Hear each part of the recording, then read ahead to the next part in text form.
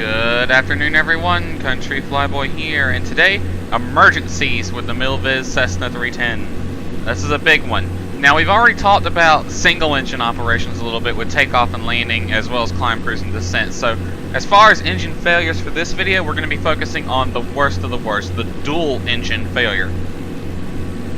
Alright, so, just a real quick review of the speeds you need to be aware of. There's two of them that you need to know for sure, and two more that would be useful to know. One is the minimum control speed of 80 knots, which is red line. Absolutely under no circumstances do you ever drop below red line. And the intentional one-engine inoperative speed of 92 knots. There is also the engine inoperative best rated climb speed with flaps up, which is 106 knots, or blue line. Blue line is a speed we keep coming back to in this video because it's a very important speed. As I'm sure you've noticed by now, we do a lot of our procedures relative to the blue line speed. I always like to keep my speed above blue line at all costs. So, we're going to go through various emergencies, and we're going to start with the dual engine failure. So real quick, let me read through the PDF. Alright, I got the autopilot flying us to the Brunswick VOR right now. And I'm going to cut off the autopilot. And I'm going to now fail both engines. Okay. We look over and we see our gauges have kind of died. Airspeed's dropping, altitude, it should be dropping, but I pitched up a bit. Our gauges have died. Our props are still windmilling right now, so what we need to do is immediately verify that the engines have failed, and they have. Which engine has failed, which is both of them right now. And we need to decide whether or not we should secure them. The way we do that is we see if there's an immediate problem that needs fixing, like a fire or something. Now I'm going to attempt an in-flight restart. Okay, actually, what I'm going to do is I'm going to secure the left engine and attempt to restart on the right. So let's secure the left engine. Throttle, it's closed. Props, we're going to feather. I'm actually going to feather both sides for now. Come on.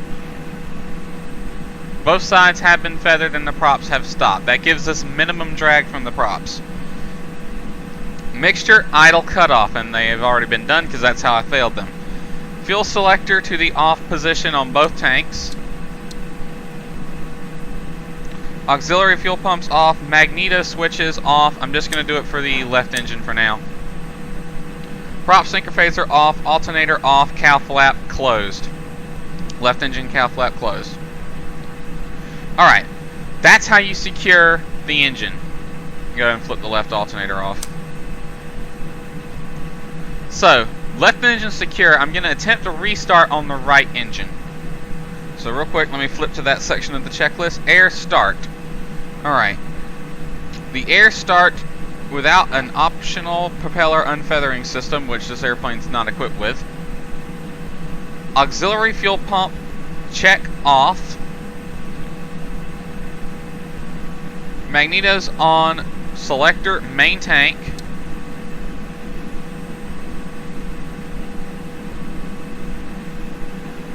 Throttle, forward approximately 1 inch. Mixture as required for flight altitude. We can go full rich. We're at about 3,000 right now. There we go. Props, forward, detent.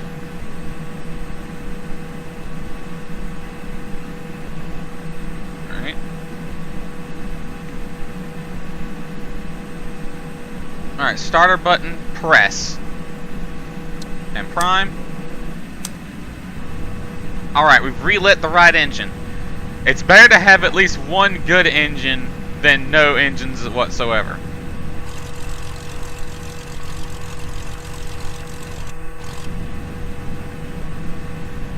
So, as we talk I'm gonna fly us over there to that field over there. I'm gonna fail the right engine again because I want to talk dual engine failure landing procedures. But I want to talk with your engines real quick. Obviously, if both engines fail, you've lost your alternators, so you're gonna need to worry about that. You might want to shut off external lights, shut off avionics that you don't need. Do whatever you can to preserve the battery life of the battery, because without the alternators you have a finite amount of time before you lose all electrical power. That's why it's also imperative to at least try to get the engine working if you can. I mean, you want to look and see if it's possible first. If your engine's on fire, you don't even want to attempt to restart. Alrighty, so we're going to go for the engine inoperative landing.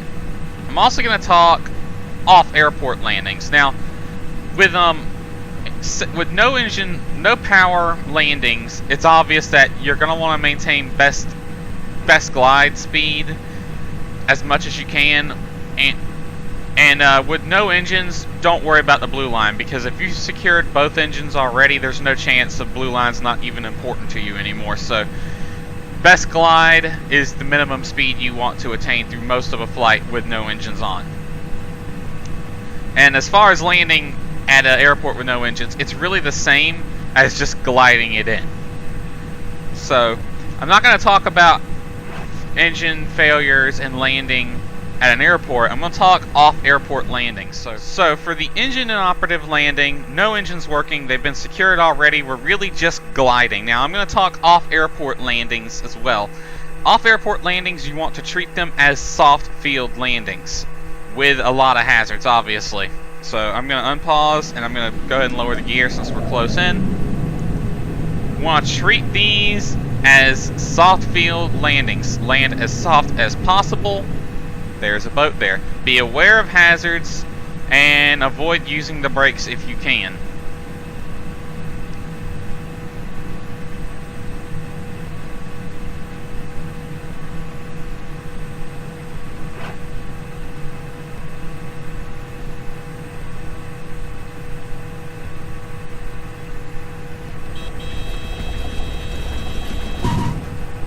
Keep the weight off the nose wheel with the back pressure.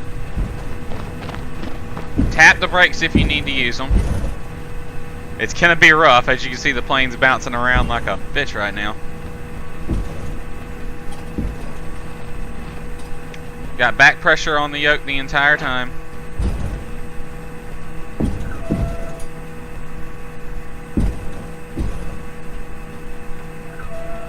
Only tapping the brakes. I don't want to hold them. I'll dig the nose wheel into the ground if I hold them.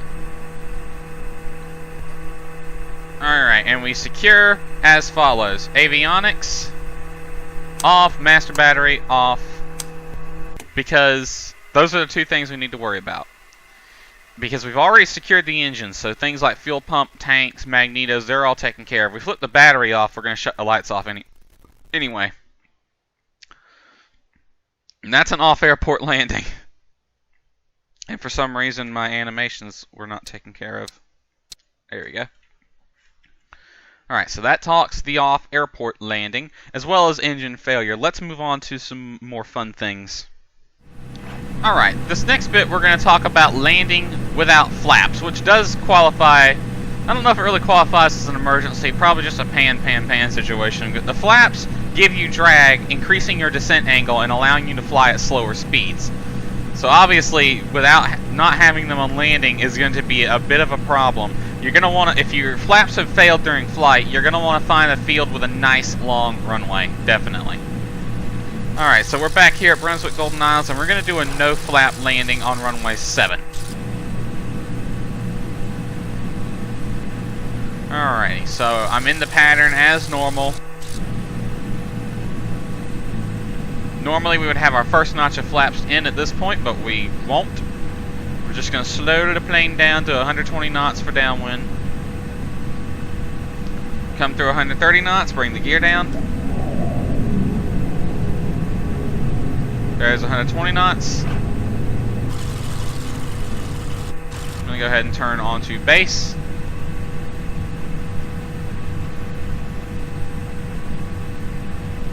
Start pitching for blue line.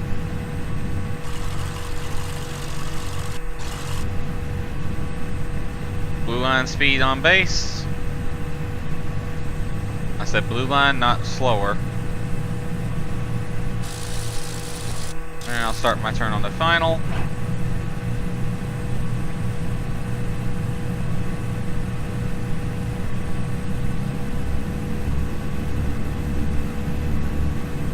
So obviously without the flaps, your ground roll, your roll across the ground on landing is going to be increased. Okay, note, the flaps are up at this point. So with the flaps up landing, you're going to want to keep your speed above blue line at all times.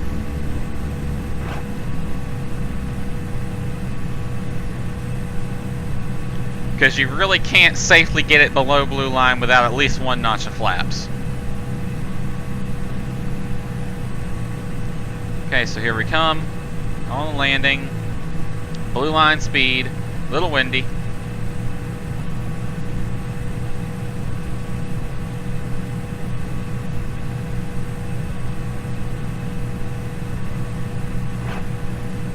Throttle out.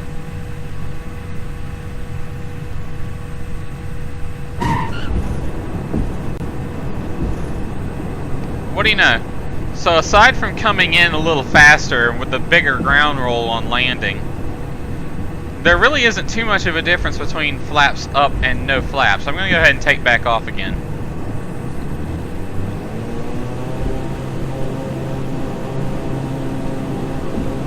Flaps up landing is something I recommend you practice.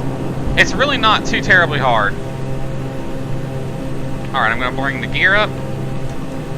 Now this next landing we're going to talk a no gear landing. That's right, legs up. So assuming the engines are still working, but our gear has failed. So for gear up landing, I like to turn the landing lights off. Because remember, they pop out from the wingtips, and we're going to be landing on our guts, so we're going to break them if they're in, or if they're out and extended.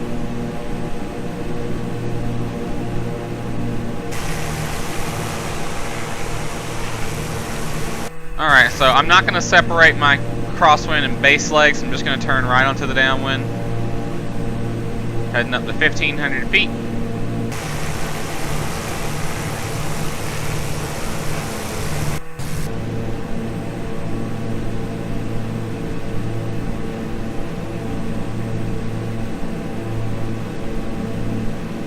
Okay, now there's a video floating around on the internet of an airplane doing a gear up landing, and for some reason the pilot thought it would be a good idea to turn the engines off.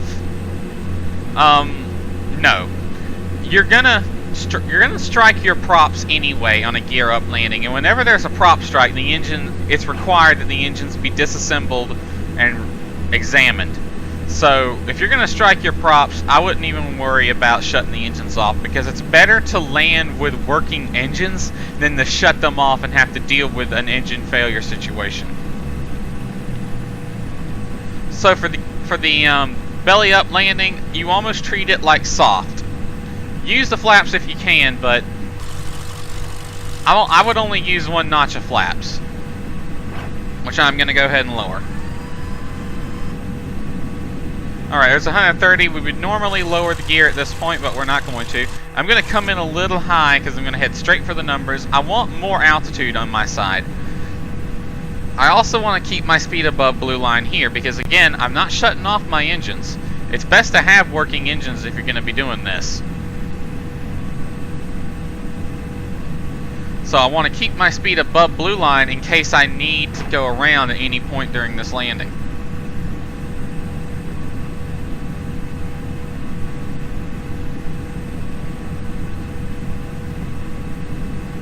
So as far as landing the plane, we want to just sort of fly it onto the ground as soft as possible. We don't want any adverse nose up or nose down pitch. So I'm going to use my engines to help me out here since I have 2 working engines. I'm going to use my engines to keep me above the blue line speed and maintain a level flight attitude as we come into the runway. We are quite literally going to fly this onto the runway. Pitch up a little bit to sort of arrest the descent, but remember that the fact that our gut is sliding across the ground is going to help us slow down.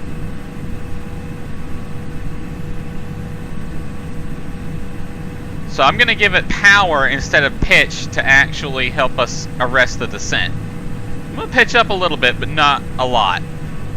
This is as much as I want to pitch up. Now I'm going to bring the throttle out, and we'll just settle on the ground.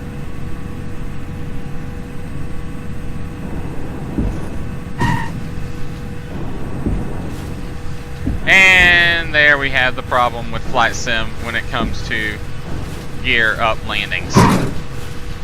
It does not like to let you do belly landings, does it?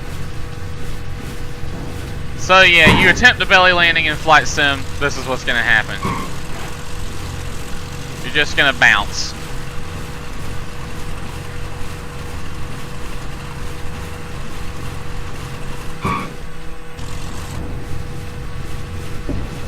So unless you're using some kind of add-on that will let you do belly landings, it ain't going to happen in Flight Sim, sadly. Alright, back up at 6,500. Next emergency we want to talk about is spins, and yes, those are considered an emergency in this plane, because this airplane is not designed for spin training. Repeat, not. So putting this plane in a spin is dangerous. Inadvertently going to a spin in this aircraft is an emergency. So what is the spin recovery procedure? We've talked spins before on my channel. And I also mentioned in that video that every airplane has a different recovery procedure. This one has its own. I'm going to go over it. Throttles closed immediately. Ailerons neutral. Rudder opposite the direction of spin. Control wheel forward briskly. One half turn of spin after applying full rudder. Inboard engine increase power to slow rotation if necessary. After rotation is stopped, rudder neutral. Inboard engine decrease power if it was used. Control wheel pull to recover. You're going to be in a dive, so you're going to want to recover. So I'm just going to go ahead and put us in a spin. That is pretty similar to the recovery procedure for most aircraft, where it's basically rudder controls neutral, throttles out, rudder opposite direction of spin, stop the spin, then pull out of the dive. That's the normal procedure for a spin recovery in most airplanes. Alright, I'm going to put us into a spin. I'm going to stall the airplane, give it right rudder and left aileron as we stall.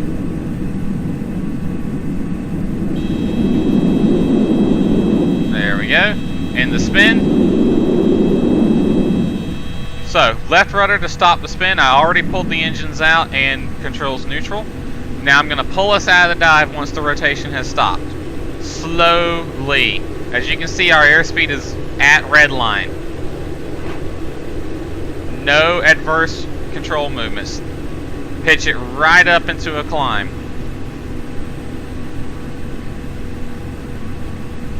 As the speed gets to the wide arc, I'm going to add throttle to keep us climbing.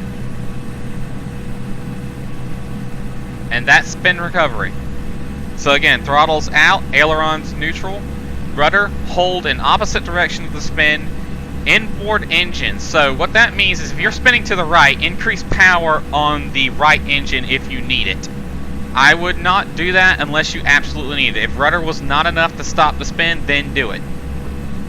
Once the rotation has stopped, rudder and throttles to neutral, and then pitch back slowly. You're most likely already going to be in a weird attitude and above red line speed or close to it. So pull up slowly, put the plane in a dive. As the speed starts to decrease to the wide arc, add power to keep the aircraft in a climb. That is the spin recovery procedure for this aircraft. Alright, here's a situation. We were taking this plane on an ocean crossing. We equipped it with long-range tanks, but for some reason our engines have failed. Now we have to land in the ocean. So what's the ditching procedure for this plane? Landing gear up, approach headwind if in high winds, parallel to swells if light winds and heavy swells. Now, not P3D, so we really can't tell too much which way the swells are going. And they're not 3D anyway. Wing flaps down to 35 degrees. Power as required. I've failed both engines, so we have no power. Airspeed, 93 knots minimum. Attitude, descent attitude through touchdown. So basically level flight attitude. So I failed the engines. I'm going to make sure my cow flaps are closed. I want to try and stop this airplane from sinking as much as possible. So I'm going to attempt to land as close to this U.S. Coast Guard cutter. I called ahead with my connections and got the Coast Guard out here to help me practice this. Ain't I awesome? Man, it's quiet without them engines running, huh? Alright, so as far as ditching, try to minimize anything that will cause the plane to sink faster. Now, I've switched off my electronics and I've lost my gyro, so attitude indicator is unusable now. I'm going to lower the first, and I've also switched off my battery, so flaps are unusable as well. I don't have to land too close to that ship.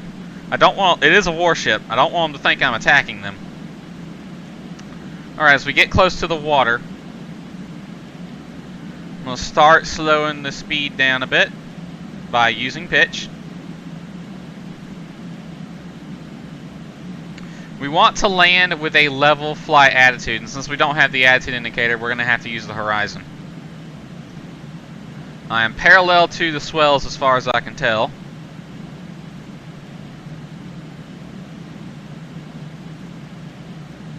Resting my descent as we get close to the water. Now, we all know how Flight Sim does when you try to do water landings, so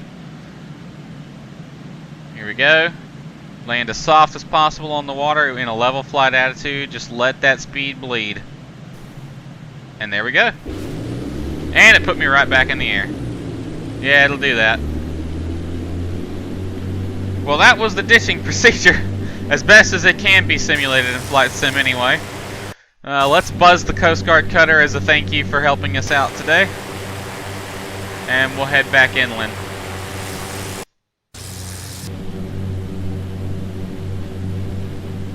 Alrighty, one last failure to go over, and that is the big kahuna failure.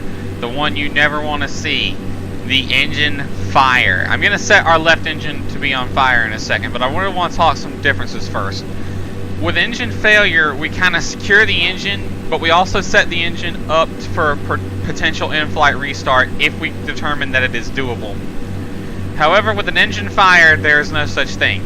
Engine fire is a really big deal, so you secure that engine immediately. It's dead, don't ever think about it again. Get the plane on the ground and land as soon as possible. As soon as you land, we'll perform an immediate shut everything down and get the heck out of the aircraft. So I'm over here, I'm sort of over Brunswick Golden Isles, and we'll attempt an engine fire real quick. I'm going to set the left engine to be on fire. Alright, left engine is on fire. Left engine is on fire. We see flames coming out the engine. Immediately, I'm going to kill both engines on the throttle. I'm also going to feather the right engine, and I'm immediately going to secure it. Not even thinking about it. Its fuel pumps are off. Its mags are off. Its fuel mixture is cut off. Its prop is feathered. I still have one good engine, so I want to use it. I'm immediately going to pitch the airplane down. Throttle is out. I'm going to keep my speed up as fast as possible, but still be in the green arc. I'm also going to turn and fly straight to Brunswick Golden Isles. I don't give a crap about which runway is in use. I'm on fire, and I want to land. Brunswick Golden Isles is right over here. Okay, so we're going to run through the checklist since we have time. Engine fire checklist. Aux pumps off, appropriate engine secured, throttle closed, prop feathered, mixture cut, fuel selector off, cow flap closed, magnetos off. Make sure I turn my fuel selector off real quick. Prop sync off, alternator off. Alright, let me flip the alternator off. Keep my speed up.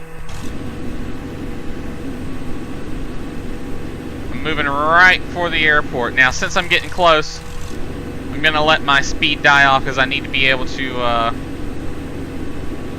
lower my gear. Alright, I'm gonna do a 180, well not quite a 180, but I'm gonna do a circle real quick to help slow down since I'm right here at the numbers of the airfield. I still have one good engine, so I want to use it.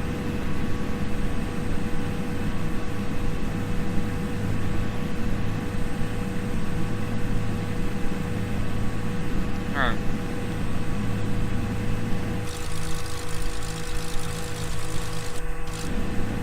Coming on runway 33, I believe is its number.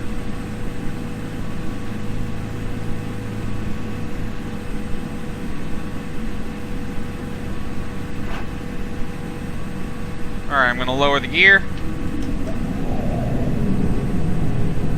I'm going to put us, we want to, if we go into a, whoa, I tried to put us in a slip there, but that nearly killed us. If you have to use the slip to help you slow down, slip away from the fire. Alright, I'm going to bring the aircraft to a complete stop as fast as possible on the runway. And then we're going to do a real quick emergency shutoff. And that emergency shutoff is as follows. As soon as the plane comes to a stop, make sure out to kill the engine. Mags off, master off, evacuate, evacuate, evacuate. And the fire trucks would come running. So again, that procedure to immediately shut everything off and get out the plane is kill the engines that are running, shut off the magnetos, shut off the electrical. If you shut off the master battery bus, you will immediately also kill the avionics and the lights, so there's no need to worry about anything else. As soon as that battery bus is off, get out the plane. And that is the engine fire. Now, if you'll excuse me, I'm going to have a couple of fire trucks come over here and put this thing out. So, hope you enjoyed this video. Hope you learned something. That was Emergencies in the MilViz Cessna 310. Thanks for watching, and we will see you next time.